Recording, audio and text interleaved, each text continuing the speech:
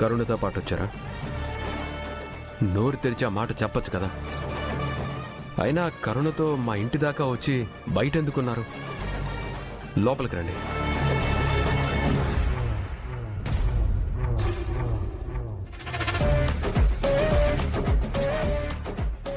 సైగలు చేస్తున్నారేంటి? మాటలు రావా? మీరు కరుణ ఫ్రెండే కదా? ఇట్స్ ఓకే, నాకు అర్థమైంది. అయితే ఇంట్లోకి మీరు రారా? ఇక్కడే ఉంటారా? సరే, నేను వెళ్ళి కరుణని పంపిస్తాను.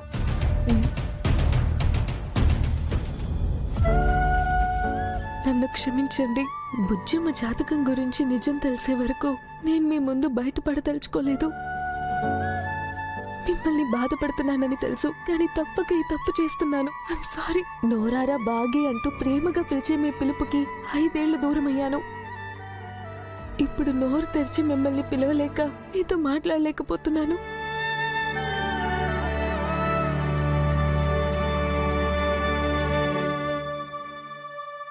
మీరు నన్నేమైనా పిలిచారా?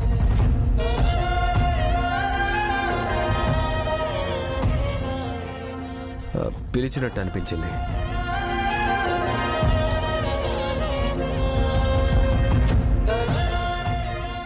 మనిషిగా మీకు దూరమైన నా మనసు ఎప్పుడు మీ దగ్గరే ఉంటుందండి.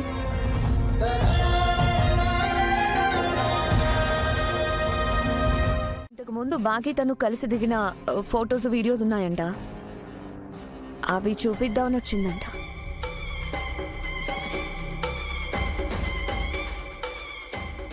మిస్సమ్మతో కలిసి తీసుకున్న ఫోటోలు వీడియోలా?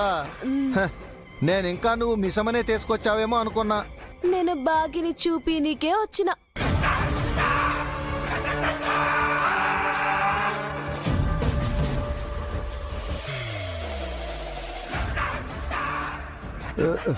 ఏంటమ్మా నువ్వనేది?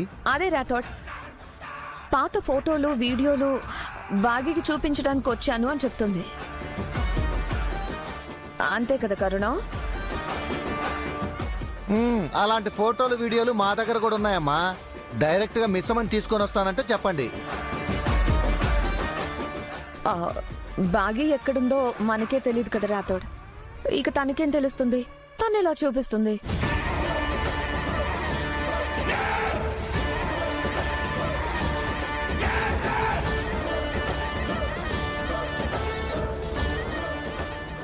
నేను మీ ఫ్రెండ్ని చూశాను.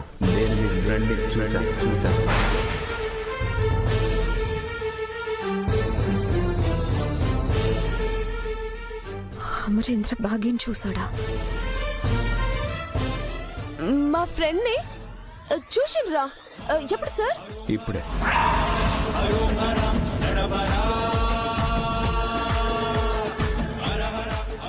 ఇప్పుడేనా? ఎక్కడ చూసావా మరి? ఇంటి బయట.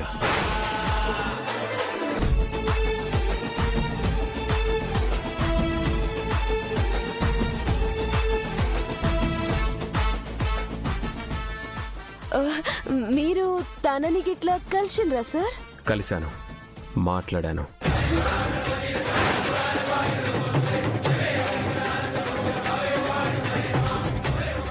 నువ్వు తనతో మాట్లాడావా మరి? తను ఏమంది? ఏమీ అనలేదు.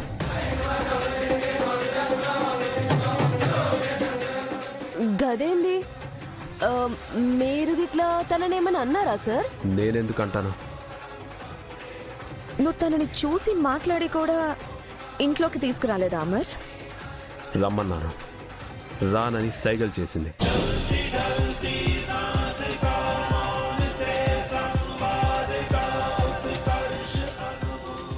సైకిల్ చేసాడేంది సార్? మీరు గట్టిగా అడుగుంటే తను ఎందుకు రాదు? ఆయన మీకు తనంటే కోపం కదా, అందుకే హార్ట్ఫుల్ గా పిలుచుండరు.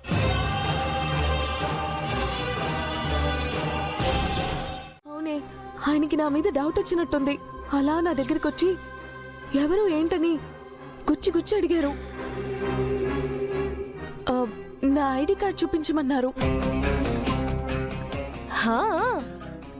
గప్పుడు నీ గుండె జారి గల్లతన్నట్టుంది కదా? మామూలుగా కాదే, ఆయన నా దగ్గరకు వచ్చేలా అడుగుతుంటే టెన్షన్ వచ్చేసింది. కానీ చాలా రోజుల తర్వాత ఆయన ఎంత దగ్గరగా చూసేసరికి మనసుకి ఎంత సంతోషంగా అనిపించిందో తెలుసా? కాసేపు ఓ పక్క దొరికిపోతానేమో అన్న టెన్షన్, ఇంకో పక్క ఆయన్ని దగ్గరగా చూస్తూ ఆనందం. ఆ ఫీలింగ్ మాటల్లో చెప్పలేనే. ఏందే మనసులో ఇంత ప్రేమ పెట్టుకొని ఎందుకే ఇన్నేళ్ళు మీ ఆయనకి ఎంత దూరంగా ఉన్నావు? బుజ్జమ్మ జాతకం వల్ల, బుజ్జమ్మ వల్ల అమ్ముకున్న అపాయం అనే భయం వల్ల. నీ భయం తీసుకెళ్లి బొందలు గడ్డలు పెట్ట. గిదంతగా మనోహరి కుట్రనే గదే ప్లాన్ చేసిందని ఇందాకే క్లియర్ గా తెలిసిపోయింది. మనోహరి నీ ముందు బయటపడిందా? గదో పెద్ద దేశముద్రు, పెద్ద ఖతర్నాక్. గదంతా తేలిక బయటపడుతుందా? కానీ తన కంగారు భయం చూస్తుంటే నాకు సమజైపోయింది.